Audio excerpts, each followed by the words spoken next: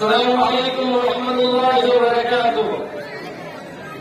الحمد لله رب العالمين، والصلاة والسلام على سيد المرسلين وعلى آله وأصحابه أجمعين. أما بعد، قابل قدر صدر صاحب باوقار اساتذہ کرام اور میرے پیارے ساتھیوں، میں آپ لوگوں کے سامنے یوم جمہوریہ کے متعلق ایک چھوٹی سی تقریر پیش کرنے جا رہا ہوں۔ آج یوم جمہوریہ کا 75واں سال ہے۔ ہر سال ہم یوم جمہوریہ کو بڑی دھوم دھام کے ساتھ مناتے ہیں کیونکہ یہ ہمارا قومی تہوار ہے۔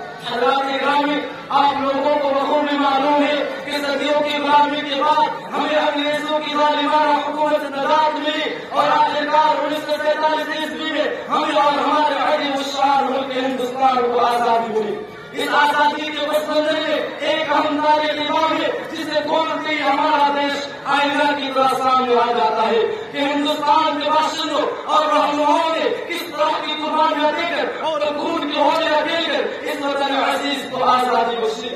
اس کی مثال ایک طرف ڈاکٹر راجندر پرساد، پنڈت جواہر لال نہرو، بھگت سنگھ ہے تو دوسری جانب مولانا ابوالکلام آزاد، شوکت علی قلمی، اشرف اللہ خان، اسماعیل میرٹھی، مسٹر جناح وغیرہ جیسی ناقابل فراموش شخصیتیں ہیں جنہوں نے اس دیش کی آزادی کی خاطر ہر طرح کے مسائل و مشکلات برداشت کیے۔ آج کے دن ہندوستان کے ہر کونے میں بڑے جشن کے ساتھ 26 جنوری 1950 کو یاد کرتے ہوئے یہ قومی تہوار مناتے ہیں، کیونکہ اس دن ہمارے ہندوستان آئین نافذ ہوا اور ایک غیر جانبدارانہ حکومت کا قیام عمل میں آیا جو ہمارے بنیادی حقوق کی حفاظت کی ذمہ داری لیتا ہے، چاہے وہ بولنے کی آزادی ہو یا تعلیمی معاملات سے متعلق۔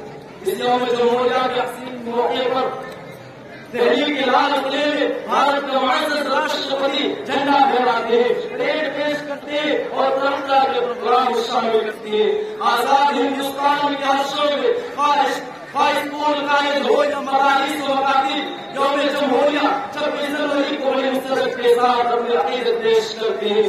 یوم جمہوریہ ہمیں اتحاد اور برابری کا سبق دیتا ہے جو ہمارا قومی دن ہے، اس لیے ہمارا یہ راشٹر پوری دنیا کے اندر ایک عظیم راشٹر میں شامل ہے۔ آج میں اس کے ساتھ اپنی بات کو ختم کرتا ہوں کہ وطن کے جانبدار ہیں وطن کے کام آئیں گے، وطن کے جانبدار ہیں وطن کے کام آئیں گے، ہم اس زمین کو ایک روز آسماں بنائیں گے۔ السلام علیکم ورحمۃ اللہ وبرکاتہ۔